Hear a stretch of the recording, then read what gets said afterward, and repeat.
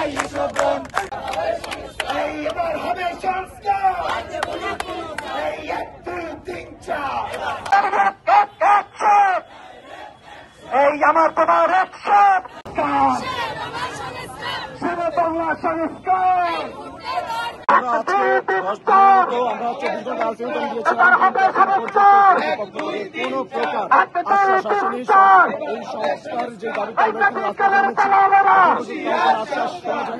পাওয়া যায়নি। আমরা এখন বরিশালবাসী আজকে থেকে নতুনলাবাদ যাচ্ছি এবং নতুনলাবাদ থেকে আশা রাখি অতি শীঘ্রই সারা বরিশাল ব্লকে আমরা কর্মসূচি যাবো ইনশাল্লাহ। করেন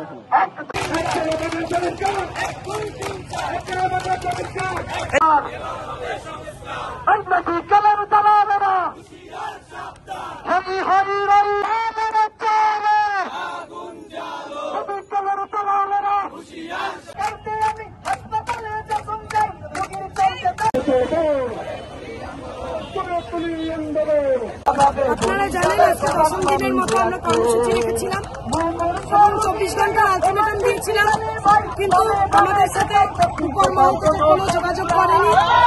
আমরা আজকে শেরেবাংলার সামনে থেকে পথচারণ করে আমরা আজকে পথযাত্রায় নতুনলাবাদ অবস্থান করেছি।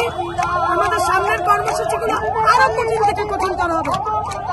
যতক্ষণ না পর্যন্ত আমাদের 3টা দাবি মেনে নেওয়া হবে ততক্ষণ পর্যন্ত আমাদের এই আন্দোলন চলবে। যদি এটা না মানা হয় কি পদক্ষেপ নেওয়া হবে? আপনারা জানেন যে আজকে 10তম দিনে আমরা আজকে রাজপথে আছি।